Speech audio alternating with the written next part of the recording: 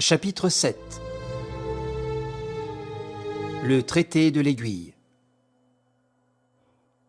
Il est 4 heures du matin. Isidore n'est pas rentré au lycée. Il n'y rentrera pas avant la fin de la guerre sans merci qu'il a déclarée à Lupin. Cela, il se l'est juré tout bas, pendant que ses amis l'emportaient en voiture, tout défaillants et meurtris. Serment insensé. Guerre absurde et illogique. Que peut-il faire, lui, enfant isolé et sans armes, contre ce phénomène d'énergie et de puissance? Par où l'attaquer? Il est inattaquable. Où le blesser? Il est invulnérable. Où l'atteindre? Il est inaccessible. 4 heures du matin. Isidore a de nouveau accepté l'hospitalité de son camarade de Janson. Debout devant la cheminée de sa chambre, les coudes plantés droit sur le marbre, les 2 poings au menton, il regarde son image que lui renvoie la glace. Il ne pleure plus. Il ne veut plus pleurer, ni se tordre sur son lit, ni se désespérer comme il le fait depuis 2 heures. Il veut réfléchir et comprendre. Et ses yeux ne quittent pas ses yeux dans le miroir, comme s'il espérait doubler la force de sa pensée en contemplant son image pensive, et trouver au fond de cet être-là l'insoluble solution qu'il ne trouve pas en lui. Jusqu'à 6 heures, il reste ainsi. Et c'est peu à peu que, dégagé de tous les détails qui la compliquent et l'obscurcissent, la question s'offre à son esprit toute sèche, toute nue, avec la rigueur d'une équation. Oui, il s'est trompé. Oui, son interprétation du document est fausse. Le mot « aiguille » ne vise point le château des bords de la Creuse. Et de même, le mot « demoiselle » ne peut pas s'appliquer à Raymonde de Saint-Véran et à sa cousine, puisque le texte du document remonte à des siècles. Donc, tout est à refaire. Comment? Une seule base de documentation serait solide. Le livre publié sous Louis XIV. Or, des 100 exemplaires imprimés par celui qui devait être le masque de fer, 2 seulement échappèrent aux flammes. L'un fut dérobé par le capitaine des gardes et perdu. L'autre fut conservé par Louis XIV, transmis à Louis XV et brûlé par Louis XVI. Mais il reste une copie de la page essentielle, celle qui contient la solution du problème, ou du moins la solution cryptographique, celle qui fut portée à Marie-Antoinette et glissée par elle sous la couverture de son livre d'heures. Qu'est devenu ce papier? Est-ce celui que Beautrelet a tenu dans ses mains et que Lupin lui a fait reprendre par le greffier Brédoux? Ou bien se trouve-t-il encore dans le livre d'heures de Marie-Antoinette? Et la question revient à celle-ci. Qu'est devenu le livre d'heures de la reine? Après avoir pris quelques instants de repos, Beautrelet interrogea le père de son ami, collectionneur émérite, appelé souvent comme expert à titre officieux, et que récemment encore, le directeur d'un de nos musées consultait pour l'établissement de son catalogue. Le livre d'heures de Marie-Antoinette, mais il fut légué par la reine à sa femme de chambre, avec mission secrète de le faire tenir au comte de Fersen, pieusement conservé dans la famille du comte. Il se trouve depuis 5 ans dans une vitrine. Dans une vitrine? Du musée Carnavalet, tout simplement. Et ce musée sera ouvert?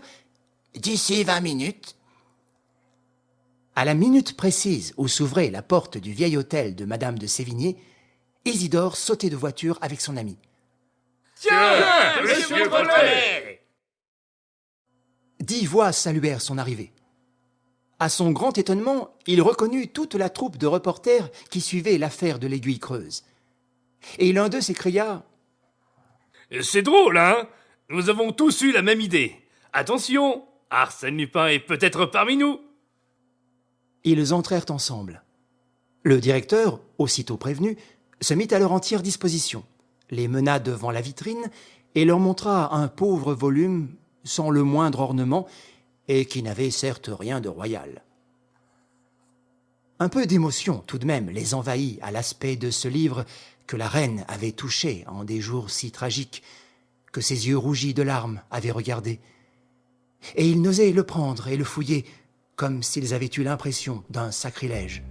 Voyons, monsieur Beautrelet, c'est une tâche qui vous incombe. Il prit le livre d'un geste anxieux. La description correspondait bien à celle que l'auteur de la brochure en avait donnée. D'abord, une couverture de parchemin sali, noirci, usé par places, et au-dessous, la vraie reliure, en cuir rigide. Avec quel frisson Beautrelet s'enquit de la poche dissimulée. Était-ce une fable, ou bien retrouverait-il encore le document écrit par Louis XVI et légué par la reine à son ami fervent? À la première page, sur la partie supérieure du livre, pas de cachette. Rien. Rien. Mais à la dernière page, ayant un peu forcé l'ouverture du livre, il vit tout de suite que le parchemin se décollait de la reliure. Il glissa les doigts. Quelque chose, oui, il sentit quelque chose. Un papier. Oh, voilà. Est-ce possible? Vite, vite! Qu'attendez-vous? Eh bien, lisez. Il y a des mots à l'encre rouge. Tenez, on dirait du sang tout pâle. Ah, lisez donc! Il lut. À vous, Fersen, pour mon fils, 16 octobre 1793, Marie-Antoinette. Et soudain, Beautrelet poussa une exclamation de stupeur. Sous la signature de la reine, il y avait à l'encre noire 2 mots soulignés d'un paraphe, 2 mots Arsène Lupin. Tous, chacun à son tour, ils saisirent la feuille, et le même cri s'échappait aussitôt. Marie-Antoinette? Arsène Lupin? Marie-Antoinette? Arsène Lupin? Marie-Antoinette, Arsène Lupin? Marie-Antoinette? Arsène Lupin? Un silence les réunit. Cette double signature, ces 2 noms accouplés, découverts au fond du livre d'heures, cette relique où dormait, depuis plus d'1 siècle, l'appel désespéré de la pauvre reine, cette date horrible, le 16 octobre 1793, jour où tomba la tête royale, tout cela était d'un tragique morne et déconcertant. « Arsène Lupin !» balbutia l'une des voix, soulignant ainsi ce qu'il y avait d'effarant à voir ce nom diabolique au bas de la feuille sacrée. « Oui, Arsène Lupin. L'ami de la reine n'a pas su comprendre l'appel désespéré de la mourante. Il a vécu avec le souvenir que lui avait envoyé celle qu'il aimait, et il n'a pas deviné la raison de ce souvenir. Lupin a tout découvert, lui, et il a pris... » « Il a pris quoi ?»« Le document, parbleu, le document écrit par Louis XVI. Et c'est cela que j'ai tenu entre mes mains. Même apparence, même configuration, même cachet rouge. Je comprends pourquoi Lupin n'a pas voulu me laisser un document dont je pouvais tirer parti par le seul examen du papier, des cachets, etc. Et alors, puisque le document dont je connais le texte est authentique, puisque j'ai vu la trace des cachets rouges, puisque Marie-Antoinette elle-même certifie, par ce mot de sa main, que tout le récit de la brochure reproduite par M. Massiban est authentique, puisqu'il existe vraiment un problème historique de l'aiguille creuse, je suis sûr de réussir. Comment? Authentique ou non, le document, si vous ne parvenez pas à le déchiffrer, ne sert à rien, puisque Louis XVI a détruit le livre qui en donnait l'explication. Ah oui, mais l'autre exemplaire, arraché aux flammes par le capitaine des gardes du roi Louis XIV, n'a pas été détruit. Qu'en savez-vous? Prouvez le contraire. Beautrelet se tut, puis lentement, les yeux clos, comme s'il cherchait à préciser et à résumer sa pensée, il prononça « Possesseur du secret, le capitaine des gardes commence par en livrer des parcelles dans le journal que retrouve son arrière-petit-fils. Puis le silence. Le mot de l'énigme, il ne le donne pas. Pourquoi ? Parce que la tentation d'user du secret s'infiltre peu à peu en lui et qu'il y succombe. La preuve ? Son assassinat. La preuve ? Le magnifique joyau découvert sur lui et que, indubitablement, il avait tiré de tels trésors royaux dont la cachette, inconnue de tous, constitue précisément le mystère de l'aiguille creuse. Lupin me l'a laissé entendre. Lupin ne mentait pas. De sorte, Beautrelet, que vous concluez ? Je conclus qu'il faut faire autour de cette histoire le plus de publicité possible, et qu'on sache par tous les journaux que nous recherchons un livre intitulé « Le traité de l'aiguille ». Peut-être le dénichera-t-on au fond de quelque bibliothèque de province. Tout de suite, la note fut rédigée. Et tout de suite, sans même attendre qu'elle pût produire un résultat, Beautrelet se mit à l'œuvre. Un commencement de piste se présentait. L'assassinat avait eu lieu aux environs de Gaillon. Le jour même, il se rendit dans cette ville. Certes, il n'espérait point reconstituer un crime perpétré 200 ans auparavant. Mais tout de même, il est certains forfaits qui laissent des traces dans les souvenirs, dans les traditions du pays.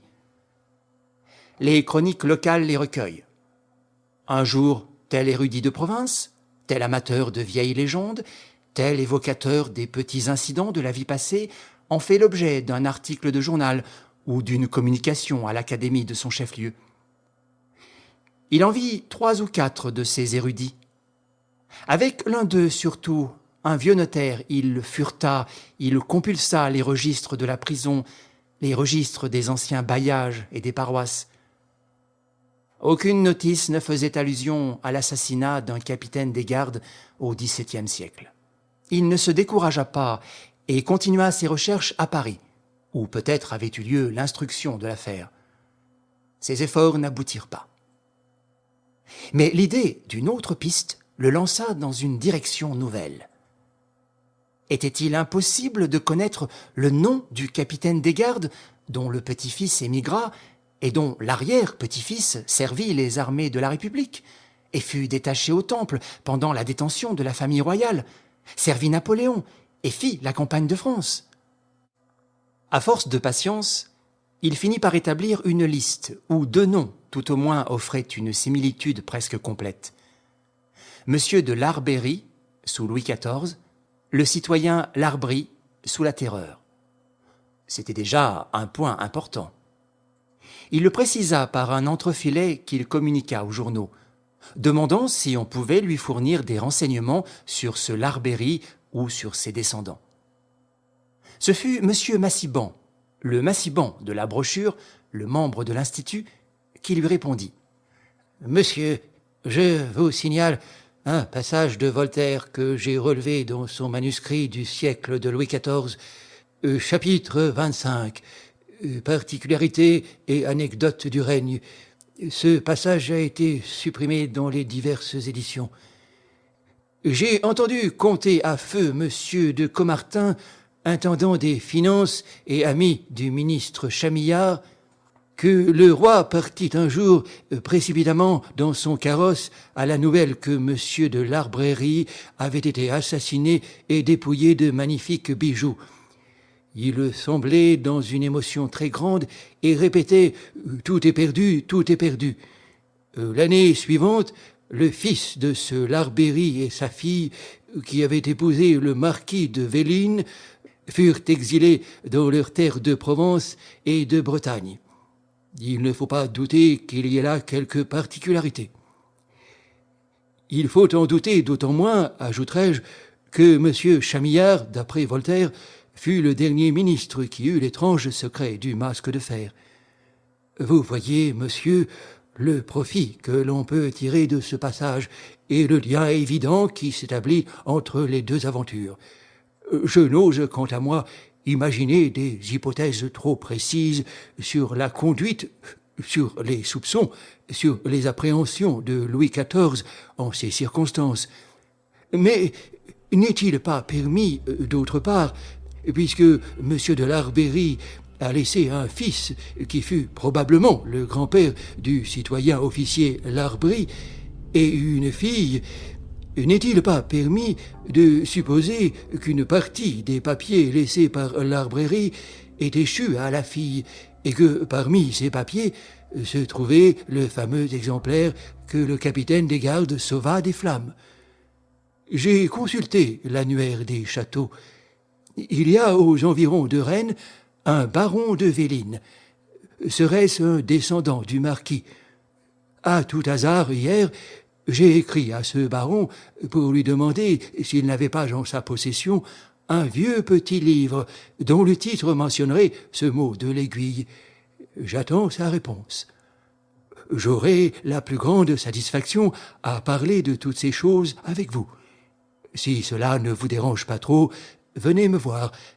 Agréé, monsieur, etc. Post-scriptum. Bien entendu, je ne communique pas aux journaux ces petites découvertes. Maintenant que vous approchez du but, la discrétion est de rigueur. C'était absolument l'avis de Beautrelet. Il alla même plus loin. 2 journalistes le harcelant ce matin-là, il leur donna les informations les plus fantaisistes sur son état d'esprit et sur ses projets.